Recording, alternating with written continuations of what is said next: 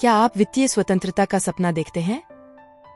क्या आप ऐसा निवेश रणनीति चाहते हैं जो कम जोखिम वाला हो और फिर भी आपको अच्छा लाभ दे? अगर हाँ, तो लाभांश के साथ धनी बने आपके लिए ही लिखी गई है।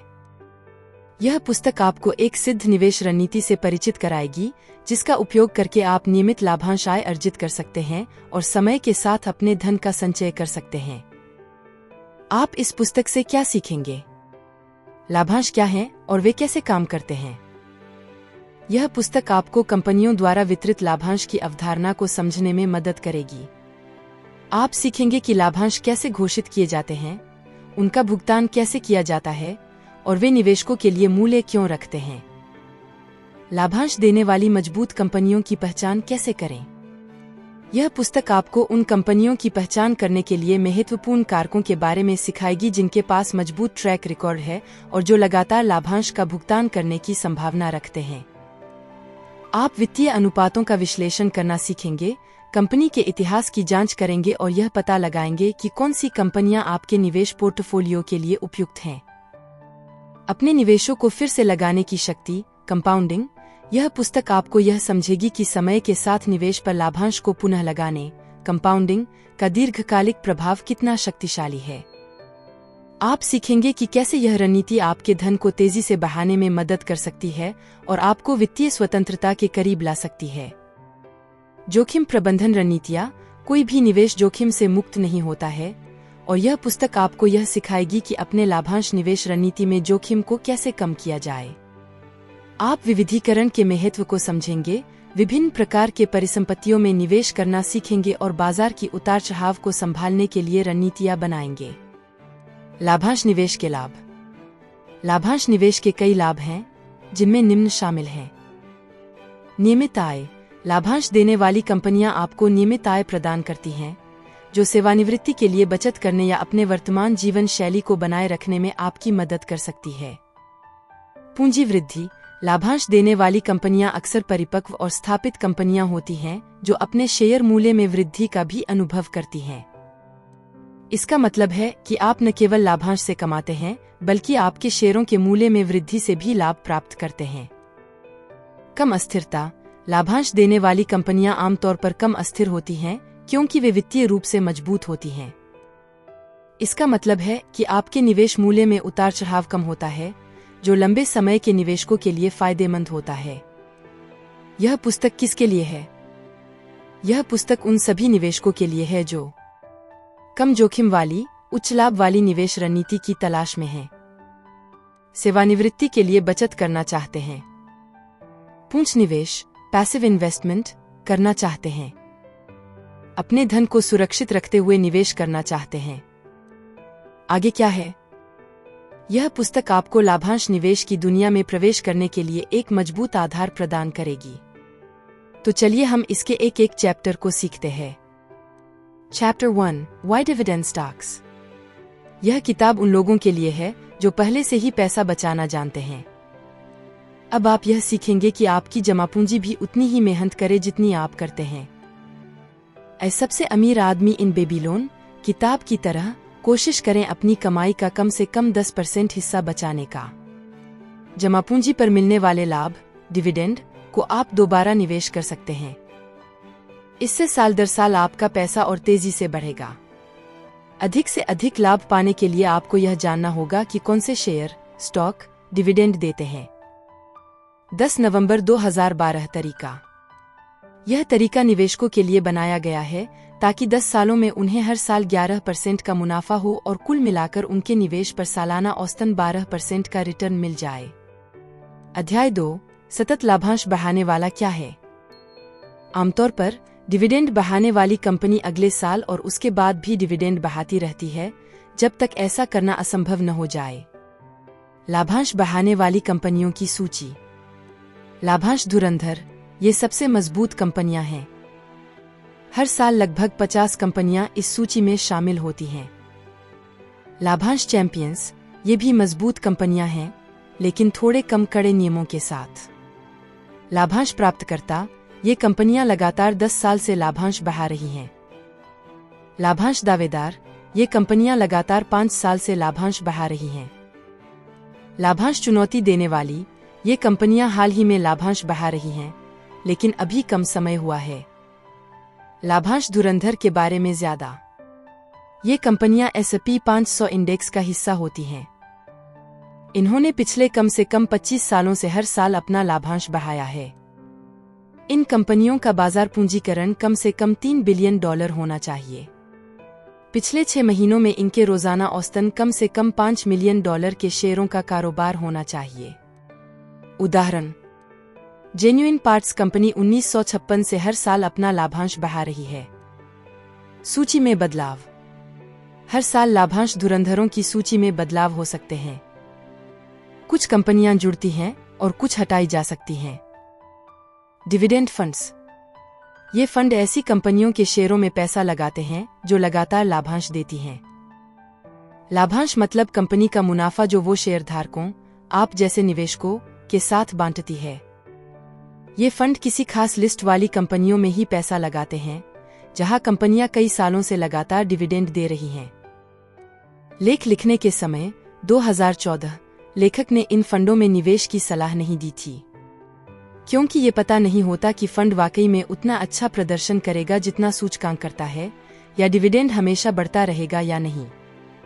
कई बार अलग अलग कंपनियों के शेयर खरीदने पर आपको इन फंडों से ज्यादा डिविडेंड मिल सकता है।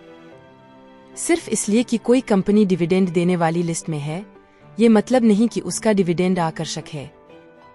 ये इस बात पर निर्भर करता है कि आपने शेयर किस कीमत पर खरीदा है। उदाहरण के लिए, शेरविन विलियम्स कंपनी ने पिछले 42 सालों से लगातार डिविडेंड दिया है, लेकिन फिर भी उसका डिविडेंड सिर्फ 1% है। यह इस बात पर निर्भर करता है कि आपने शेयर कितने रुपए में खरीदा था। डिविडेंड चैंपियंस क्या होते हैं? ये ऐसी कंपनियां हैं जो लगातार 25 सालों से अपने लाभ का एक हिस्सा, जिसे डिविडेंड कहते हैं, निवेशकों को बांटती आ रही हैं। डिविडेंड चैंपियंस की लिस्ट हर महीने अपडेट होती रहती है और इसे आप एक्सेल या PDF फॉर्मेट में डाउनलोड कर सकते हैं। अच्छी और बेहतर कंपनियां। डिविडेंड देने वाली कंपनियों में 2 तरह की होती हैं, एरिस्टोक्रेट्स और चैंपियंस। एरिस्टोक्रेट्स वो कंपनियां हैं जो S&P 500 इंडेक्स में शामिल हैं और लगातार 25 सालों से डिविडेंड बढ़ा रही हैं। चैंपियंस वो कंपनियां हैं जो भले ही S&P 500 में शामिल न हों, पर 25 साल से डिविडेंड बढ़ा रही हैं। इन पर कोई खास रोक या कम खरीद फरोख्त जैसी पाबंदियां नहीं होती। आपके लिए फायदे। चैंपियंस की लिस्ट में एरिस्टोक्रेट्स के अलावा और भी कंपनियां शामिल होती हैं, जिससे आपके पास चुनने के लिए ज्यादा विकल्प रहते हैं। कुछ चैंपियन कंपनियां छोटी होती हैं, जिसका फायदा यह है कि आप कम निवेश में भी उनके शेयर खरीद सकते हैं। बड़ी संस्थागत निवेशक इन छोटी कंपनियों में आसानी से निवेश नहीं कर पाते, क्योंकि उनके ज्यादा शेयर खरीदने से शेयर की कीमत काफी बढ़ सकती है। छोटी कंपनियों के शेयर खरीदने और बेचने में भी आपको ज्यादा दिक्कत नहीं होती, जबकि बड़ी संस्थागत निवेशकों को कभी-कभी शेयर बेचने में मुश्किल आती है। उदाहरण, टॉम्पकिंस फाइनेंशियल कॉरपोरेशन एक चैंपियन कंपनी है जिसका मार्केट कैप $80 करोड़ है और रोजाना औसतन 50,000 शेयरों की खरीद फरोख्त होती है। किम्बर्ली क्लार्क कॉरपोरेशन एक एरिस्टोक्रेट्स कंपनी है जिसका मार्केट कैप $46 अरब है और रोजाना औसतन 24 लाख शेयरों की खरीद फरोख्त होती है। कैलिफोर्निया वाटर सर्विस ग्रुप एक और चैंपियन कंपनी है, लेकिन रोजाना इसके केवल 1,40,000 शेयर ही बिकते हैं।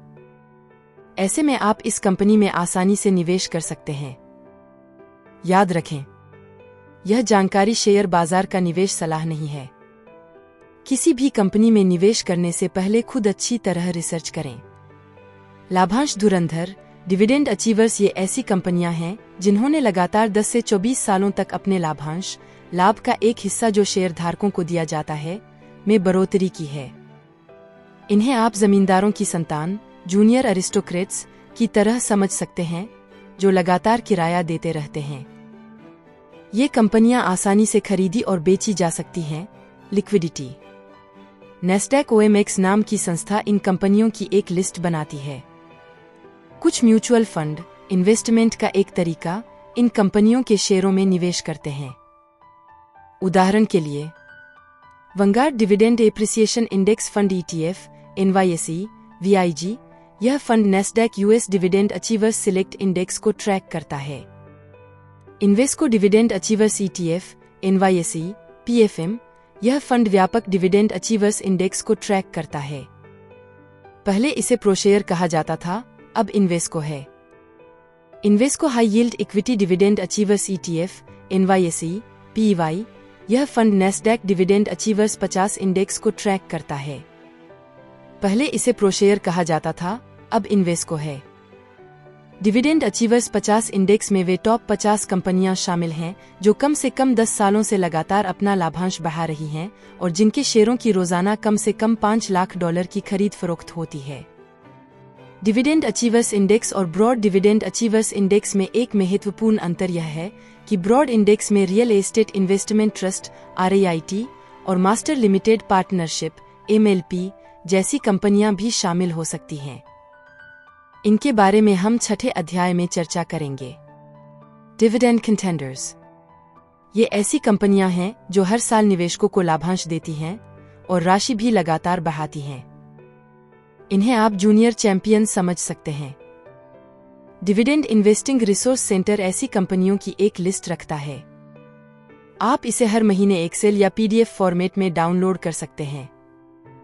इन कंपनियों की खास बात यह है कि उन्होंने पिछले 10 से 24 सालों में लगातार अपना लाभांश बढ़ाया है। लाभांश बढ़ाने की राह पर चल रही कंपनियां डिविडेंड चैलेंजर्स। ये भी लाभांश देने वाली कंपनियां हैं, लेकिन अभी चैंपियन बनने के लिए और थोड़ा वक्त चाहिए। इनकी लिस्ट भी डिविडेंड इन्वेस्टिंग रिसोर्स सेंटर पर हर महीने अपडेट होती है। इन कंपनियों ने पिछले 5 से 9 सालों में लगातार अपना लाभांश बढ़ाया है। औसत लाभांश यील्ड। चैंपियन कंपनियों का औसत लाभांश 2.64% है। कंटेंडर कंपनियों का औसत लाभांश 2.76% है। चैलेंजर कंपनियों का औसत लाभांश 3% है। उदाहरण, एनर्जी कॉर्पोरेशन ने पिछले 26 सालों में लगातार अपना लाभांश बढ़ाया है, यह चैंपियन कंपनी है। कोलंबिया स्पोर्ट्सवियर कंपनी ने पिछले 9 सालों में लगातार अपना लाभांश बढ़ाया है, यह चैलेंजर कंपनी है। ध्यान देने योग्य बात, हम सिर्फ उन्हीं कंपनियों को देख रहे हैं जिन्होंने कभी लाभांश कम नहीं किया है। उदाहरण के लिए, F&B कॉर्पोरेशन ने 2009 तक 35 सालों तक लगातार लाभांश बढ़ाया था, लेकिन फरवरी 2009 में इसने अपना लाभांश आधा कर दिया। अध्याय 3, पिछला प्रदर्शन भविष्य के परिणामों की कोई गारंटी नहीं है, लेकिन यह काफी करीब है। शेयर बाजार में कितना पैसा कमाया जा रहा है और कितना जोखिम लिया जा रहा है, यह बताने के लिए एक नाप होता है जिसे शार्प रेशियो कहते हैं। आसान भाषा में जितना ज्यादा नंबर, उतना ही अच्छा मुनाफा कम जोखिम के साथ। आइए कुछ कंपनियों की लेते हैं। Procter and Gamble, Johnson and Johnson, Colgate Palmolive company, Clorox company. अच्छा कमाई करने का राज ऐसी कंपनियां ढूंढना है जो हर साल अपना डिविडेंड बढ़ाती हैं ताकि महंगाई की रफ्तार से आगे रहकर आपकी संपत्ति बढ़ती रहे। अपने डिविडेंड को से आप मुश्किल समय में भी बचत कर पाएंगे और फायदा कमा सकेंगे। लेकिन ध्यान रखें कि हर कोई शेयर बाजार का सिकंदर नहीं होता। जितना आप समझते हैं उससे ज्यादा जानने का दावा न करें। बार बार शेयर खरीदने और बेचने की कोशिश करना सही नहीं है। उन अच्छी कंपनियों में निवेश करें जो हर साल अपना डिविडेंड बढ़ाती हैं। अध्याय 4, कंपनियां लाभांश क्यों बढ़ाती हैं। कंपनी अपने मुनाफे का कुछ हिस्सा शेयरधारकों को डिविडेंड के रूप में देती है। यह नियमित तौर पर मिलने वाला फायदा है, वैसे ही जैसे बैंक में जमा रकम पर ब्याज मिलता है। डिविडेंड मिलना इस बात का संकेत है कि कंपनी अपने भविष्य को लेकर सकारात्मक है और लंबे समय से शेयरधारकों को लाभ पहुंचाना चाहती है। शेयर बायबैक में कंपनी अपने ही शेयर वापस खरीद लेती है। इससे कंपनी के कुल बचे हुए शेयरों की संख्या कम हो जाती है, जिससे प्रति शेयर की कमाई EPS बढ़ सकती है। लेकिन EPS के आंकड़ों में हेरफेर करने के लिए भी इसका इस्तेमाल किया जा सकता है। हर साल मिलने वाला डिविडेंड निवेशकों के लिए कमाई का एक अच्छा जरिया है। डिविडेंड देने वाली कंपनियां आमतौर पर आर्थिक रूप से मजबूत होती हैं और उनके पास अच्छा खासा कैश फ्लो होता है। उदाहरण के लिए, एबॉट लैबोरेटरीज 1924 से लगातार डिविडेंड दे रही है और पिछले 42 सालों से लगातार बढ़ा भी रही है। अगर कोई निवेशक कंपनी में 5% से ज्यादा शेयर खरीद लेता है और कंपनी के प्रबंधन में बदलाव लाने के लिए दबाव डालता है तो उसे एक्टिविस्ट इन्वेस्टर कहते हैं। उदाहरण के लिए, डैन लोएब ने 2011 में के बोर्ड को चिट्ठी लिखकर सहसंस्थापक जेरी यांग के इस्तीफे की मांग की थी। डिविडेंड पाने वाले निवेशकों के लिए यह अहम होता है कि कंपनी डिविडेंड देने में सक्षम रहे। डिविडेंड की राशि जितनी तयमानी हो उतना ही महत्वपूर्ण है। Chapter 5 Get Rich with Boring Dividend Stocks। पैसे की जानकारी, वित्तीय साक्षरता न होने पर पैसा जमा करना मुश्किल हो जाता है और रिटायरमेंट के लिए तैयार रहना भी कठिन हो जाता है। मान लीजिए हर साल आपको 13% का ब्याज मिलता है, तो आप 19 साल में 1 लाख रुपए को 10 लाख रुपए बना सकते हैं। यह समय की ताकत को दर्शाता है। जितनी जल्दी आप निवेश करना शुरू करते हैं उतना ही अच्छा है। उदाहरण के लिए, मान लीजिए आप 21 साल की उम्र में 10 साल तक हर साल 2000 रुपए का निवेश करते हैं। भले ही आप इसके बाद निवेश करना बंद कर दें, तो भी आप उस व्यक्ति से ज्यादा कमाएंगे जो 31 साल की उम्र में निवेश शुरू करता है और 60 साल का होने तक निवेश जारी रखता है। अगर आपको लगता है कि 10 से 15% का सालाना रिटर्न ब्याज कम है, तो आप कभी संतुष्ट नहीं हो पाएंगे। यह वास्तव में अच्छा रिटर्न माना जाता है। Chapter 6 Get higher yields and maybe some tax benefits। कुछ तरह के शेयर आपको ज्यादा मुनाफा देते हैं, आम डिविडेंड वाले शेयरों से भी ज्यादा। आइए देखें कौन से हैं। बंद फंड, क्लोज्ड एंड फंड्स, ये ऐसे फंड हैं जो एक बार ही शेयर बेचते हैं और फिर बाजार में घूमते रहते हैं। इनकी कीमत कभी इनके असली मूल्य से ज्यादा हो सकती है और कभी कम। Real estate investment trust REIT, ये जमीन या इमारतों में निवेश करते हैं और उससे होने वाले किराए का कुछ हिस्सा आपको बांटते हैं। बिजनेस डेवलपमेंट कंपनीज बीडीसी, ये छोटी कंपनियों को लोन देती हैं और बदले में ब्याज कमाती हैं। यह ब्याज वो आपको डिविडेंड के रूप में दे सकती हैं। मास्टर लिमिटेड पार्टनरशिप एमएलपी, ये कंपनियां तेल, गैस या कोयले जैसी चीजों को ढोने वाली पाइपलाइन चलाती हैं। मुनाफे का एक हिस्सा आपको डिविडेंड के रूप में मिलता है। तरजीही शेयर प्रेफर्ड स्टॉक्स, ये आम शेयरों से अलग होते हैं। इन पर आपको तयशुदा डिविडेंड मिलता है, लेकिन कंपनी के मुनाफे में से पैसा बांटने का पहला हक इन शेयरों को होता है। इन सबको समझने के लिए आप इन्वेस्टोपीडिया पर जा सकते हैं। इन शेयरों को खरीदते समय कुछ बातों का ध्यान रखें। क्या कंपनी की संपत्ति कम कीमत पर खरीदी गई है? क्या कंपनी का डिविडेंड देना टिकाऊ है? क्या कंपनी भविष्य में भी पैसा कमा पाएगी? Master limited partnership MLP, MLP एक विशेष प्रकार की कंपनी है जो ज्यादा कर चुकाने से बचती है क्योंकि यह अपना लगभग सारा मुनाफा यूनिट धारकों को बांट देती है। ध्यान दें कि एमएलपी में शेयर नहीं बल्कि यूनिट होते हैं और ये लाभांश नहीं बल्कि वितरण देते हैं। कर के नजरिए से इन दोनों में महत्वपूर्ण अंतर है। किसी भी एमएलपी में निवेश करने से पहले उनकी वेबसाइट के इन्वेस्टर रिलेशंस पेज को जरूर देखें ताकि यह समझ सकें कि वे किस प्रकार से वितरण का भुगतान करती हैं। ज्यादातर एमएलपी ऊर्जा कंपनियां होती हैं जिनके पास तेल और गैस पाइपलाइन होते हैं। अगर कंपनी की कमाई घटती है तो वितरण राशि भी कम हो सकती है। इसलिए एमएलपी का वितरण उतना स्थिर नहीं होता जितना कि कोई मजबूत लाभांश देने वाली कंपनी जैसे कि क्लोरॉक्स। कुछ एमएलपी जैसे कि Plains All American Pipeline NYSE PA और टीसी पाइपलाइंस एनवाईएसई टीसीपी लगातार कई सालों से अपना वितरण बढ़ा रही हैं।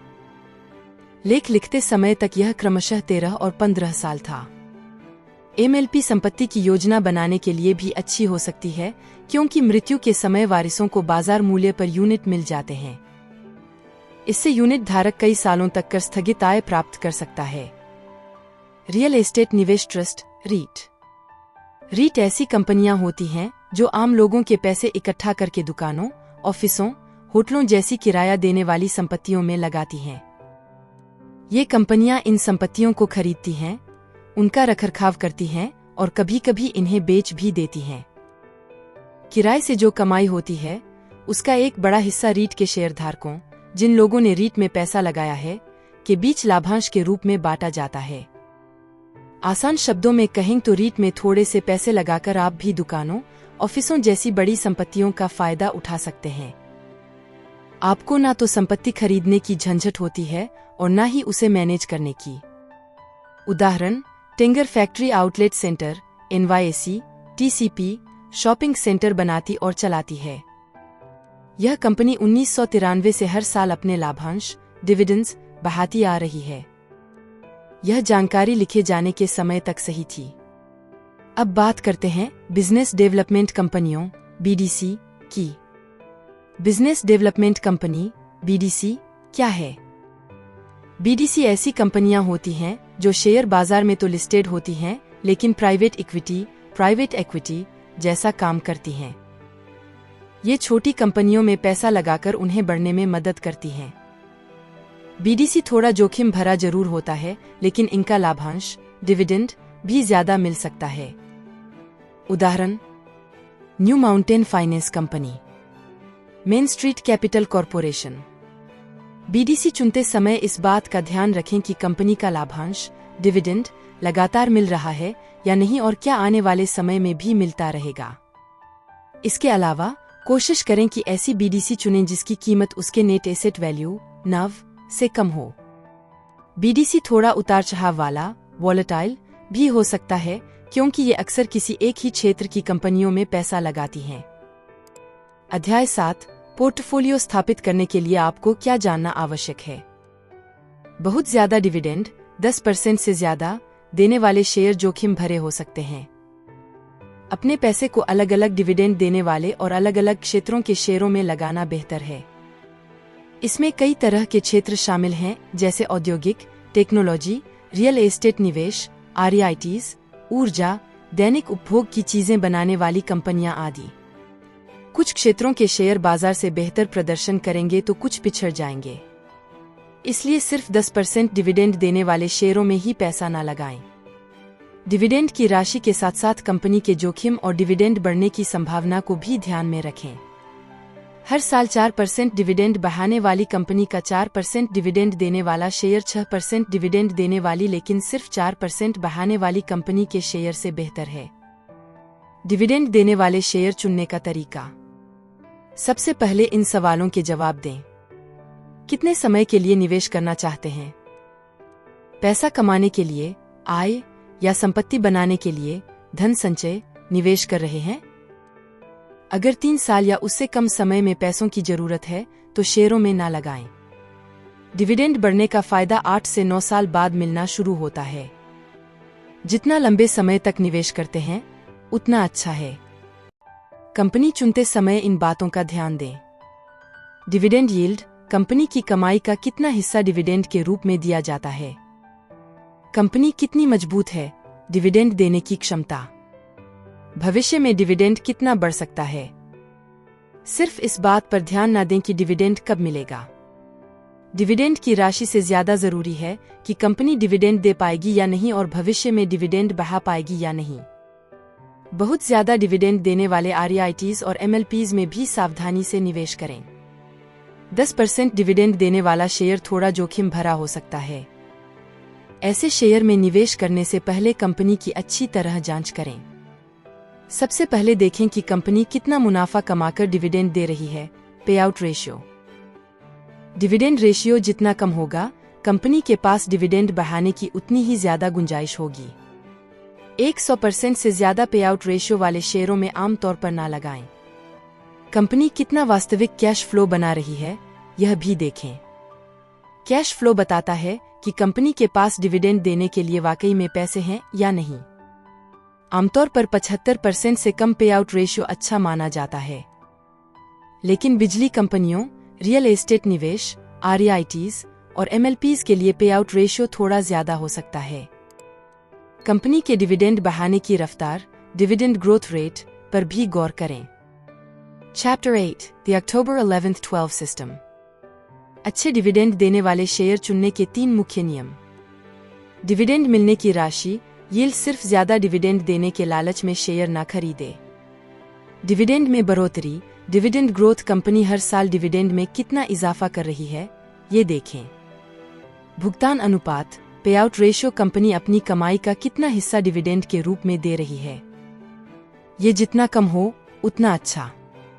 याद रखें, डिविडेंड हमेशा मिलने की पक्की गारंटी नहीं है। कंपनी कभी भी इसे कम कर सकती है। ये सिर्फ एक राह दिखाने वाला तरीका है। हर शेयर पर यह नियम 100% सही ना भी बैठें। कैसे बनाएं अपना 10 नवंबर 2012 पोर्टफोलियो। मान लीजिए आप Kimberly Clark NYSE KMB company के शेयर खरीदना चाहते हैं, जिसने पिछले 48 सालों से लगातार डिविडेंड दिया है। शेयर चुनने के 3 नियम। भुगतान अनुपात पे आउट रेशियो 75% या उससे कम। ये बताता है कि कंपनी अपनी कमाई का कितना हिस्सा डिविडेंड के रूप में दे रही है। जितना कम अनुपात उतना अच्छा। कुछ कंपनियों के लिए ये 100% तक हो सकता है। शुरुआती डिविडेंड यील्ड 4.7% या उससे ज्यादा। ये सालाना मिलने वाले डिविडेंड को शेयर की कीमत का प्रतिशत बताता है। डिविडेंड में हर साल 10% या उससे ज्यादा की बढ़ोतरी। डिविडेंड मिलने की रकम हर साल बढ़ती रहनी चाहिए। कब बेचें अपने शेयर। हर साल कम से कम एक बार अपने शेयरों पर नजर रखें। अगर कंपनी ज्यादा डिविडेंड देने लगे, पे आउट रेशियो बढ़े, कंपनी की कमाई या बिक्री कम हो, डिविडेंड देने का तरीका बदले, कंपनी में कोई बड़ा बदलाव हो, इनमें से कोई भी चीज होने पर आपको अपना शेयर बेचने के बारे में सोचना चाहिए। अध्याय 9 DRIP और प्रत्यक्ष खरीद योजनाएं। ड्रिप कुछ कंपनियों द्वारा दिया जाने वाला एक विकल्प है। इसमें आप कंपनी के शेयरों से मिलने वाले लाभ डिविडेंड को खुद कंपनी के और शेयर खरीदने में लगा सकते हैं। यह काम अपने आप हो जाता है। कुछ कंपनियां आपको सीधे अपने शेयर खरीदने की सुविधा भी देती हैं, डायरेक्ट स्टॉक परचेज प्लान या DSPP। इस तरीके में ब्रोकर के जरिए खरीदने से ज्यादा शुल्क लग सकता है, इसलिए पहले अच्छी तरह जांच कर लें।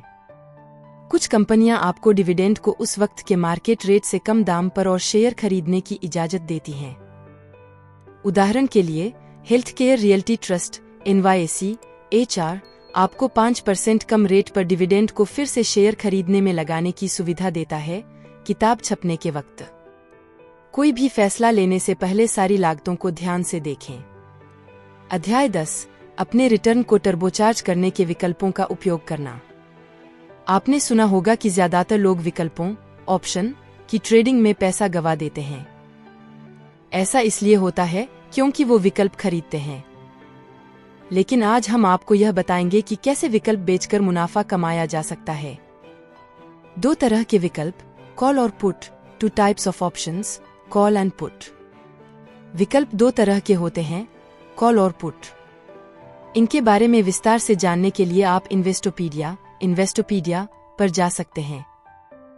कॉल यह एक अनुबंध कॉन्ट्रैक्ट है जो खरीदार को यह अधिकार देता है कि वो किसी खास तारीख तक किसी खास कीमत स्ट्राइक प्राइस पर एक स्टॉक को खरीद सके। पुट यह एक अनुबंध है जो खरीदार को यह अधिकार देता है कि वो किसी खास तारीख तक किसी खास कीमत स्ट्राइक प्राइस पर एक स्टॉक को बेच सके। आसान शब्दों में एक उदाहरण, अ सिंपल एग्जाम्पल। मान लीजिए माइक्रोसॉफ्ट का एक शेयर $25 में बिक रहा है। जुलाई में कोई निवेशक जनवरी महीने का $30 का कॉल विकल्प $1 में खरीद लेता है। इसका मतलब है कि वो चाहे तो जनवरी तक कभी भी माइक्रोसॉफ्ट का शेयर $30 में बेचने के लिए बाध्य कर सकता है, लेकिन यह उसका दायित्व नहीं है। $30 की कीमत को स्ट्राइक प्राइस कहते हैं। विकल्प बेचने के फायदे, बेनिफिट्स ऑफ सेलिंग ऑप्शंस। आय कमाना, जनरेट इनकम। अगर आप नियमित आमदनी की तलाश में हैं, तो विकल्प बेचना एक शानदार तरीका है।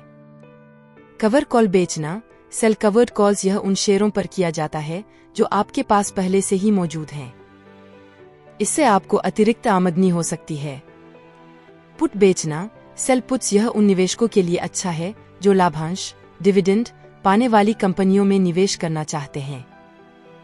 इससे आपको कम दाम में शेयर खरीदने का मौका मिल सकता है। ध्यान देने योग्य बातें, things to keep in mind. विकल्प बेचना लंबी अवधि के लिए धन बनाने की रणनीति नहीं है। विकल्प बेचने से पहले ये जरूर देखें कि आप स्ट्राइक प्राइस पर शेयर खरीदने के लिए तैयार हैं या नहीं, पुट बेचते समय, और आपके पास इतने पैसे हैं भी या नहीं। अस्थिर वॉलेटाइल स्टॉक के विकल्प ज्यादा महंगे होते हैं। इस तरीके से आप विकल्प बेचना सीख सकते हैं और स्मार्ट निवेशक बन सकते हैं। Chapter 11 foreign stocks. विदेशी कंपनियां कभी कभी अमेरिकी कंपनियों के मुकाबले ज्यादा लाभांश दे सकती हैं।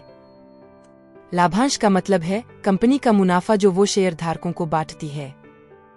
हर साल मुनाफा बदलता रहता है, इसलिए विदेशी कंपनियों को हमेशा लाभांश बढ़ाने वाली कंपनी नहीं माना जाता। अमेरिकी डिपॉजिटरी रसीद एक ऐसा जरिया है जिससे आप अमेरिकी डॉलर में विदेशी कंपनियों के शेयर खरीद सकते हैं। आप चाहें तो बाद में इसे विदेशी मुद्रा में भी बदल सकते हैं। अमेरिकी कंपनियां अक्सर तिमाही यानी 3 महीने में एक बार लाभांश देती हैं, जबकि विदेशी कंपनियां साल में सिर्फ 1 या 2 बार ही देती हैं। Chapter 12 taxes. IRA या 401(k) में रखे गए लाभांश पर कर नहीं लगता है। आप अपने टैक्स स्थगित IRA या 401(k) में लाभांश वाले शेयर रखने पर विचार कर सकते हैं। विदेशी शेयरों पर विदेशी कर लग सकता है। अपने कर सलाहकार से सलाह लें। निष्कर्ष, दीर्घकालिक निवेश के लिए लाभांश निवेश की शक्ति। लाभांश के साथ अमीर बने पुस्तक का निष्कर्ष यह बताता है कि कैसे लाभांश निवेश दीर्घकालिक धन निर्माण के लिए एक शक्तिशाली रणनीति हो सकती है। यह पाठकों को लाभांश भुगतान करने वाले स्टॉक चुनने और उन्हें अपनी निवेश रणनीति के केंद्र में रखने के लिए एक रूपरेखा प्रदान करता है। लाभांश निवेश के लाभ। पुस्तक उन लाभों पर प्रकाश डालती है जो लाभांश निवेश प्रदान कर सकती हैं, जिनमें शामिल हैं नियमित आय। लाभांश कंपनियों द्वारा अपने मुनाफे का एक हिस्सा शेयरधारकों को नियमित भुगतान के रूप में वितरित किया जाता है। यह निवेशकों को निरंतर आय का एक स्रोत प्रदान करता है। धन की वृद्धि। लाभांश को फिर से शेयरों में लगाया जा सकता है। पुनर्निवेश, जिससे आपके शेयरों की संख्या में वृद्धि होती है और समय के साथ आपके पोर्टफोलियो का मूल्य बढ़ता है। यह चक्रवृद्धि रिटर्न की शक्ति का लाभ उठाता है। कम जोखिम। लाभांश देने वाली कंपनियां आमतौर पर परिपक्व, वित्तीय रूप से मजबूत कंपनियां होती हैं। इसका मतलब है कि उनके शेयरों में अस्थिर, तेजी से बढ़ने वाली कंपनियों की तुलना में कम जोखिम होता है। बाजार में उतार चढ़ाव से बचाव। लाभांश निवेशकों को बाजार में उतार चढ़ाव से कुछ सुरक्षा प्रदान करता है।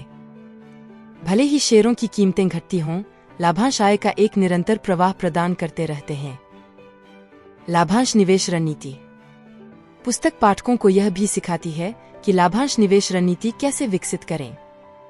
इसमें शामिल है सही कंपनियों का चयन। पुस्तक उन कारकों पर चर्चा करती है जिन पर विचार किया जाना चाहिए, जैसे कि कंपनी का लाभांश इतिहास, वित्तीय स्थिति और भविष्य की वृद्धि की संभावनाएं। लाभांश पुनर्निवेश। पुस्तक लाभांश पुनर्निवेश के महत्व पर बल देती है, जो चक्रवृद्धि रिटर्न के माध्यम से आपकी संपत्ति को तेजी से बढ़ाने में मदद कर सकती है। विविधीकरण। लाभांश निवेशकों को अपने पोर्टफोलियो में विभिन्न उद्योगों और क्षेत्रों की कंपनियों को शामिल करके विविधता लाने की सलाह दी जाती है। इससे जोखिम कम होता है। 10 नवंबर 2012 प्रणाली। लेखक मार्क लिचेनफेल्ड अपनी पुस्तक में 10 नवंबर 2012 प्रणाली का परिचय कराते हैं। यह एक रणनीति है जिसका लक्ष्य 10 वर्षों में 11% से अधिक लाभांश उपज प्राप्त करना और 12% से अधिक का औसत वार्षिक रिटर्न अर्जित करना है। निष्कर्ष, लाभांश के साथ अमीर बने पाठकों को यह याद रखने के लिए प्रोत्साहित करती है कि लाभांश निवेश एक दीर्घकालिक रणनीति है। जल्दी अमीर बनने की उम्मीद न करें। निरंतरता और धैर्य इस रणनीति की सफलता के लिए महत्वपूर्ण है। लाभांश निवेश के कुछ महत्वपूर्ण बिंदुओं को याद रखें। लाभांश अतीत की गारंटी नहीं है। कंपनियां कभी भी अपने लाभांश को कम या बंद कर सकती हैं। लाभांश निवेश सभी के लिए उपयुक्त नहीं है। अपने जोखिम सहनशीलता और वित्तीय लक्ष्यों पर विचार करें।